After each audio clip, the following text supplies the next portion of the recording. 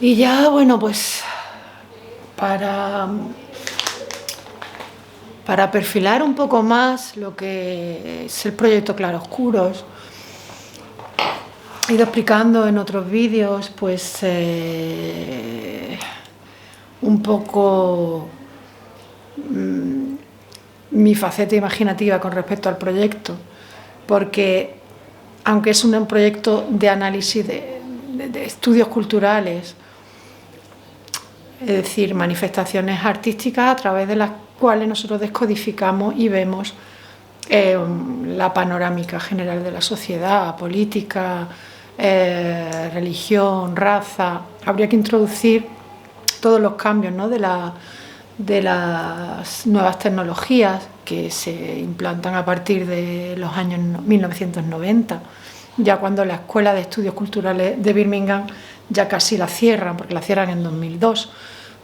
Los estudios culturales no entran en España, como iban a entrar, ¿no?, con el régimen de Franco, y pasan como un poco desapercibidas. En Francia sí hay un movimiento de estudios culturales que permanece, de hecho continúa.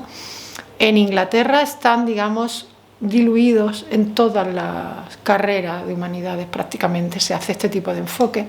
En Estados Unidos también tiene bastante éxito, se trabaja mucho a nivel de los estudios culturales. El nivel de los estudios culturales en Estados Unidos, en Málaga, en la Universidad de Málaga, es toda una novedad, ¿no? Las tendencias que tienen los departamentos, y no solo los departamentos, sino a nivel nacional casi, las tendencias historiográficas que se dan, ¿no?, pues no coinciden, a veces no coinciden con estudios culturales, ¿no? Tenemos una historiografía en España con una tradición muy larga, en toda Europa en general.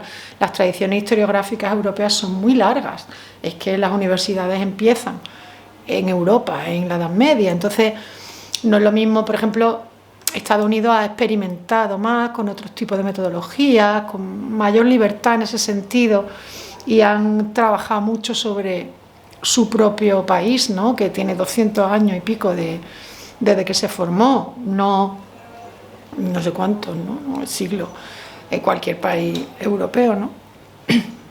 Entonces las tendencias son bastante clásicas. Por ejemplo, en España y en Francia también, los departamentos de hispanismo también, la gente que se dedica a la España contemporánea suele estudiar la guerra civil, y en España también ha habido un auge enorme de los estudios de la guerra civil en las últimas décadas, ¿no? Estudios sobre guerra civil, sobre el exilio, sobre guerra civil, exilio, represión, la evolución misma del régimen de Franco, ¿no? Esto es lo que estudia la mayor parte de la gente que se dedica, de los contemporaneístas en España. A mi modo de ver, es una hipertrofia historiográfica sobre este tema, que sí era necesario, es muy interesante, se han descubierto muchas cosas, ¿no? Ya comenté la carretera de Almería, que no se conocía, el estrago que se organizó ahí, ¿no?, la tragedia tan enorme, ¿no?, de los bombardeos de los barcos italianos y los aviones alemanes a la gente que huía, los republicanos que huían, con un poco de escolta del ejército republicano, que fueron prácticamente aniquilados, ¿no?, casi todos en el camino a Almería. Algunos llegaron a Barcelona, algunos pudieron pasar a Francia, pero murieron muchos, ¿no? Todo esto se ha descubierto gracias a esto. Se ha invertido mucho dinero en investigación sobre el franquismo, ha habido mucho dinero para proyectos de investigación sobre el franquismo. Por ejemplo, en Málaga, una cosa que se me ocurrió a mí ahí, lo de, oye, y los periódicos que había en la República, que luego ya nada más que está el Diario Sur y tal, una compañera montaron un proyecto sobre eso, muy interesante. Cosas que se desconocían absolutamente. Hemos tenido una revisión de la memoria histórica muy tardía en España, tardía, que ha traído muchos problemas, ¿no? Eso se ha enquistado un poco. ¿Qué es lo que pasa? Que estas tendencias tan fuertes de lo que son los temas, digamos, en boga, pues limitan mucho otro tipo de estudios, ¿no? Aquí en Francia igual. Aquí en Francia presenté yo un proyecto que le interesó mucho a la sección de investigación, lo que pasa es que no lo pude sacar adelante porque luego no me lo quiso tutorizar ningún profesor. Los profesores que habían se dedicaban a la guerra civil, el exilio, y no eran especialistas en eso. Yo aquí presenté un estudio sobre los inicios del turismo en la región de Aquitania, ¿no? En todo lo que es la zona, ¿no?, de Burdeos, ¿no?, marítimos, terrestres y todo eso, pues el principio del turismo. Esto pues es una línea historiográfica que no estaba abierta aquí en la Universidad de Montaigne. Sé que han trabajado un poco a partir de ahí en París o algo así. Cuesta mucho trabajo abrir nuevas temáticas, por eso, porque no tienen grandes sumas de financiación, porque a lo mejor no hay congresos de lo que tú estás trabajando, ¿no?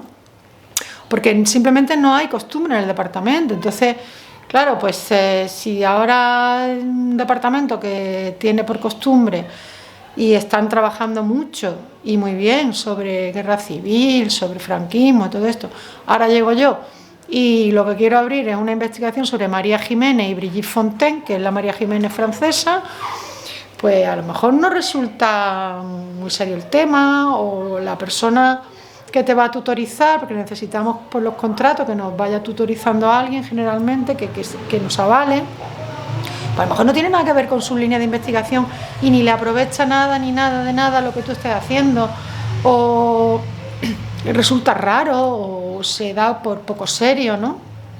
Aunque la metodología sea tan rigurosa como si vas a estudiar el Siglo de Oro, ¿no? Tú aplicas una metodología rigurosa, pero a lo mejor el tema pues no resulta serio, no es un tema de los que la historiografía pues se considera ya consagrado, ¿no? La historiografía en historia, por ejemplo, pues se ha dedicado mucho a la historia política, económica, política y militar durante muchísimo tiempo, y hasta que muere Franco en España no entra la historia económica y social, por ejemplo.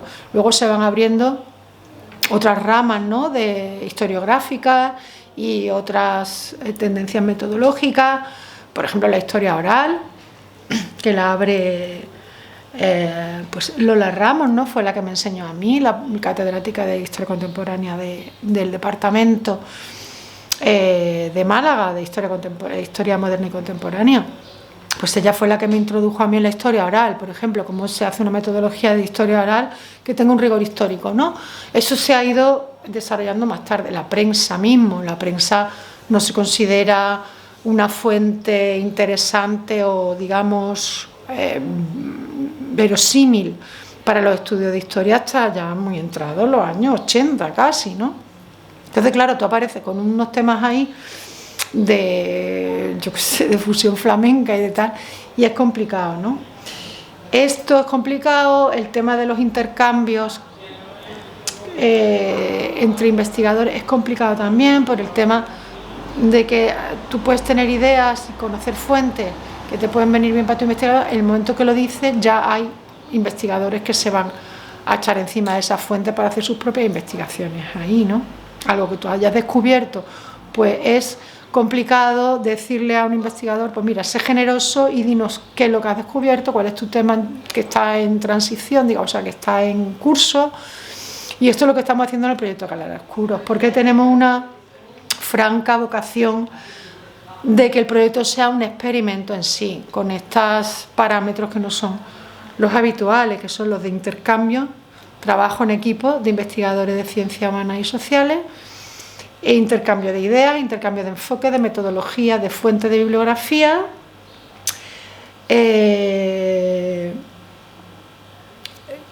todo en un marco de gratuidad total y gratitud total también a los investigadores que están trabajando gratuitamente para el proyecto, ¿no? Y también con lo de grabar los vídeos y haber hecho unos registros etnográficos de investigación cualitativa sobre el mismo proceso de investigación, ¿no? O sea, cuál ha sido el proceso del equipo en conjunto y los procesos de investigación que se han desarrollado en este marco común en el equipo. Yo cuando fui a solicitar el proyecto, indagué, busqué en Málaga especialistas en innovación de la investigación, no en innovación educativa, que es otra cosa, ¿no? Que es como ponemos a disposición del alumno herramientas innovadoras, sino en innovación en investigación. Innovación en investigación que suponía una autoformación que íbamos a hacer entre todas las escalas. Desde los catedráticos iban a formar, están formando, catedráticos y titulares están formando a otros investigadores que nos movemos en los estudios culturales, pero sin esa tradición historiográfica, a veces sin conocer exactamente qué son los estudios culturales, ¿no? Pues eso, gratuidad total, el proceso de la investigación, montar que la gente trabaje los temas que realmente quiere, porque tus estudios culturales, ya os digo que desde música hasta cine, cómic, puedes estudiar todo en realidad de la dinámica de los estudios culturales. Normalmente un investigador, abrir un tema totalmente nuevo de investigación para tener unos resultados inmediatos no lo puede hacer. Tienes que ir tirando de lo que ya conoces anteriormente, porque hay mucho y porque conoces ya algo, ¿no? Entonces te puedes meter en un tema que medio lo tengas de base preparado, pero meterte en un tema completamente nuevo para un resultado que tiene que ser en un plazo concreto es muy complicado. Entonces yo le di la libertad a todos los investigadores de que presentaran una propuesta para el congreso y para la publicación del tema que ellos quisieran. Absolutamente yo no me impuse ningún tema ni nada, solo un segundo eje temático al estilo francés, ¿no? Que es claroscuros, estudios del arte contemporáneo español, y luego le añadimos el segundo eje de investigación que versa más sobre el comportamiento humano, ¿no? Que siempre tiene tanto que ver con el arte y con los temas universales del arte, que son 4 o 5 en realidad nada más, ¿no? Los grandes temas universales de la literatura y del arte, ¿no? Pues el amor, la vida, la muerte, todo esto, pues le pusimos el segundo eje temático que era moralidad, inmoralidad, goce, amor, locura y márgenes. Aparte del eje de acotación temática en estudios culturales de la cultura popular española, que es lo que menos se ha investigado, porque hay investigadores españoles que están estudiando temas de Estados Unidos, pues porque esas corrientes historiográficas son más fuertes. Entonces lo que lee el investigador, aparte de que estamos inundados, ¿no?, por todo el contenido de medios de comunicación que lleva a Estados Unidos lanzando hacia Europa Occidental, pues con sus películas, con toda la industria cinematográfica, musical, tienen una gran inversión desde después de la Segunda Guerra Mundial.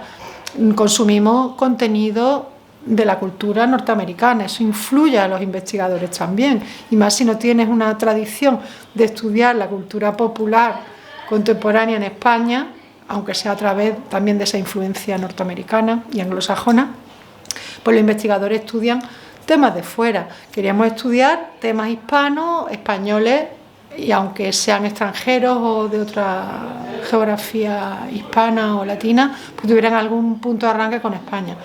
Y al mismo tiempo el segundo eje temático, ¿no?, sobre el amor, el goce, todo esto, el comportamiento humano.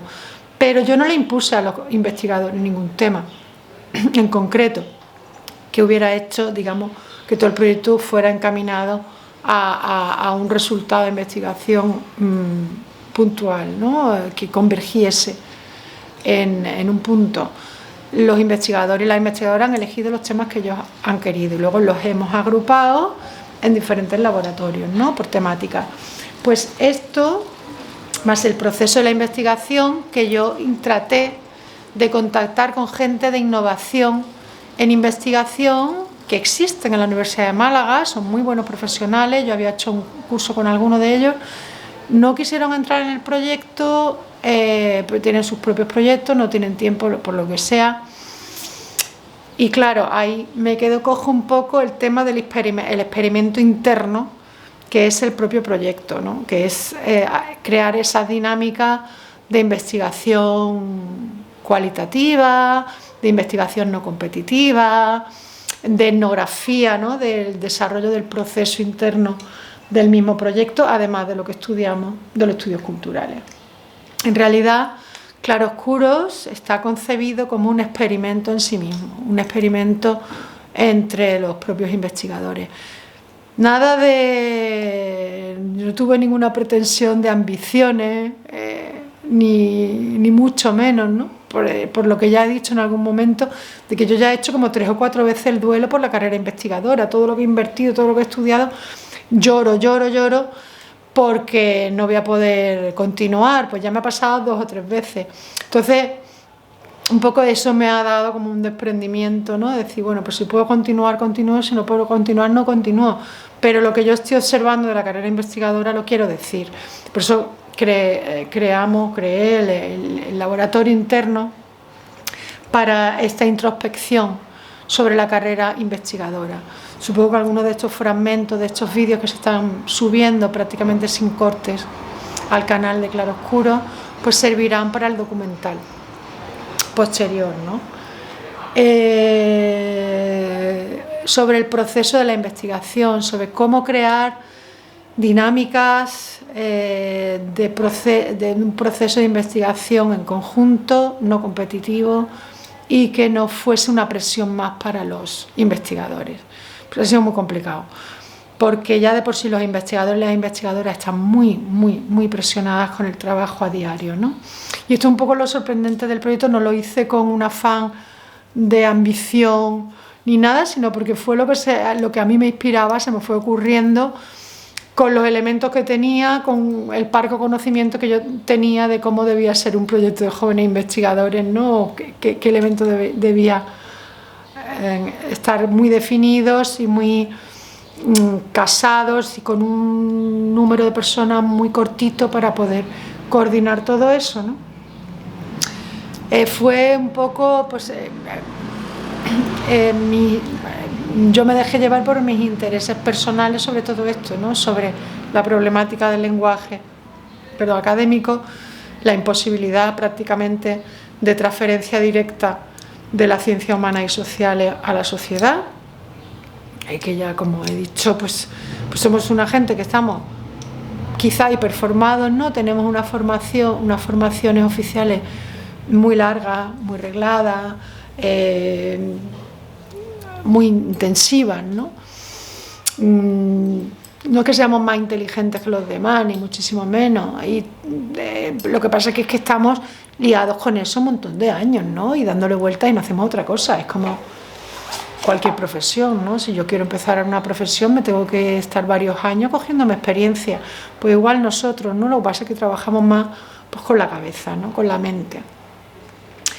Y no fue por ningún afán de ambición ni nada, porque mi perspectiva es tan corta con respecto a lo que son los proyectos de investigación al uso, que estaban algunos, por ejemplo, del profesor Diagnosti al principio, cuando me metió en un proyecto, de algún profesor en comunicación, pero no sacas mucha información. Cuando estás en un proyecto, pues como grupo de trabajo, por ejemplo, como he estado yo siempre, no como investigadora oficial, sino como grupo de trabajo, no sacas mucha información. La información la tiene el investigador principal y te pide algo, X cosa, pero tú no entras en contacto prácticamente con el resto de compañeros, los profesionales que llevan ese equipo de investigación, a menos que sea de un departamento concreto y tú estés ahí, o que conozcas a la gente, ¿no? Que conozcas a la gente, no sacas mucha información. Todo es muy aislado, el trabajo que hacemos siempre, ¿no? Incluso en los equipos de investigación no se produce ese intercambio. Entonces era lo que yo quería realizar como experimento, un experimento dentro del propio proyecto, ¿no? ¿Llegaremos a la meta o no llegaremos a la meta? Vamos a ver. El laboratorio del amor al miedo, inteligencia artificial, sobre la creatividad de las inteligencias artificiales y todo lo que es el mundo de las nuevas tecnologías y toda la gestión de la investigación, que tiene mucho que ver con esto, o sea, lo que es la carrera interna, tiene mucho que ver porque estamos totalmente ya secuestrados, digamos, por las nuevas tecnologías. Nosotros no podemos hacer nada prácticamente si no tenemos nuevas tecnologías. Pues yo para entrar a clase tengo que fichar con una aplicación que tengo que tener el teléfono móvil, que me la tuve que descargar, y un QR de esos que hay en la mesa del profesor, y tienes que pasarlo como para fichar que estás allí, ¿no? Pues simplemente, solamente con eso, necesitas un móvil inteligente para pasar el escáner, para fichar que has estado en la clase, por ejemplo. Necesitas todo tipo de aplicaciones y tener un nivel de usuario medio alto para poder manejarlas, ¿no? O sea, las nuevas tecnologías están metidas con esto, y el laboratorio precisamente del amor al miedo está teniendo bastante éxito porque están participando pues colegas de gestión, ¿no? Y creo que comporta bastante interés. Espero que para la gente que no sean profesionales de la investigación también conocer algo así un poco en lenguaje común, con todos los defectos que pueda tener el lenguaje común, ¿no? Y el margen de error que podamos tener al hablar de esto, pues que conozcan un poco más lo que son los intríngulis de la investigación, de la carrera investigadora, que como ya he dicho, todos lo hablamos por los pasillos, todos nos indignamos con miles de temas, de cuestiones que surgen. El tema de la burocracia nos tiene francamente mosqueados. Pues los alumnos, ¿no? El tema de la docencia, la presión que tenemos, esto lo hablamos por los pasillos, nadie lo dice. En Estados Unidos creo que el año pasado sí que hubo un grupo de profesores universitarios que se pusieron en huelga incluso porque la carrera investigadora ya es prácticamente ya insoportable, ¿no? Llega un momento que hay momentos que dice, bueno, no lo soporto más, o sea, no puedo con esto, o sea, me he vaciado absolutamente. Yo he llegado aquí hace 4 o 5 días, estaba vacía prácticamente. Esto es que alguien nos impone todo lo que tenemos que hacer, no. Y te comprometen, pues mire usted, esta clase la vamos a atribuir, usted qué clases puede, el número de horas que puede dar, esto, pues, sí. Te atribuye unas clases, hay unas ciertas obligaciones que tiene que hacer en el departamento, pero a ti nadie te fuerza, nadie te pone una pistola en la cabeza, como decía Roberto, para estar en una euforia constante de trabajo y de no sé qué, y de echar un congreso, me tengo que ir, y echar un proyecto, y ahora no sé cuánto, y ahora no. Pero la dinámica te lo da, entras en ese círculo, es un nivel de autoexplotación, diríamos, llegamos a niveles de autoexplotación, y dices, no puedo más, yo como me he metido en tantas cosas. Lo ves muy bonito cuando te lo planificas, ¿no? Bueno, pues puedo hacer un congreso o 2, puedo hacer no sé qué, puedo hacer una estancia y puedo hacer un proyecto. Y después te das cuenta que sobre la marcha, sobre el calendario, no funciona igual que sobre la marcha. ¿Por qué? Porque todo es muy lento, porque en vez de pasar una factura para la gente de gestión, una vez la tienes que pasar 4, porque no sé qué. Todo comporta muchísimo más tiempo de lo que prevés en un principio. Si te atasca alguna cosa, un artículo, pues a lo mejor en vez de mandar a una revista lo tienes que mandar a 3 revistas, y te piden cambios y te piden que lo vuelvas a mandar con la bibliografía, el formato bibliográfico que ellos trabajan, y tienes que volver a ponerte con el artículo en el peor momento porque estás de exámenes con tus alumnos, o porque eso llega de la manera más imprevista y te rompe los planes que tenías habituales, ¿no? ¿Hacemos esto con una pistola en el cuello, en la cabeza? No.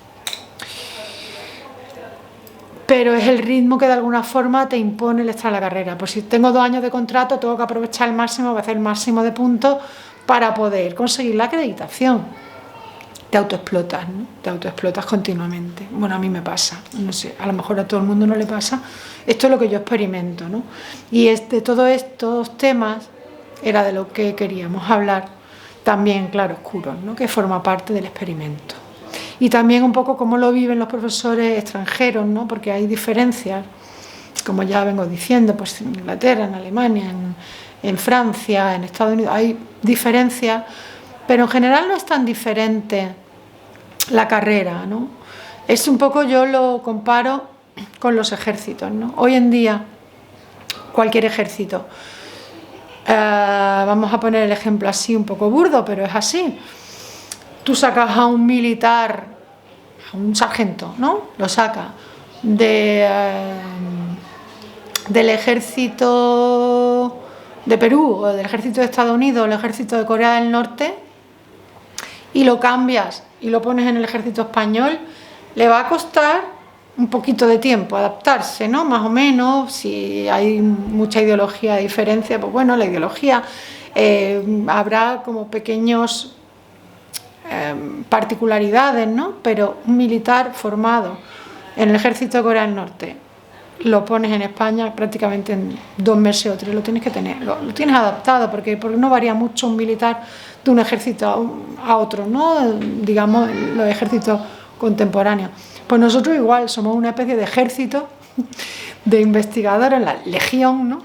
Legión de investigadores e investigadoras, y no es tan difícil, quitando las particularidades, un investigador o una investigadora aquí en Pekín o en Japón o tal, más o menos, si salvas los obstáculos así normativos y legales que te impiden meterte ya y ser titular en el sitio donde vayas, a lo mejor solamente con hablar la lengua, quitando esas particularidades que son autodefensas, ¿no? Ya a nivel nacional de los puestos de funcionarios, no hay mucha diferencia entre un investigador de Estados Unidos y un investigador de cualquier otro sitio, ¿no? O sea, te pueden quitar de aquí y ponerte allí, que más o menos no hay tanta diferencia a nivel general, ¿no? Pues así es, al menos como yo lo interpreto, y bueno, espero que sirvan de algo estos vídeos que estoy grabando. Gracias y nos vemos en la próxima.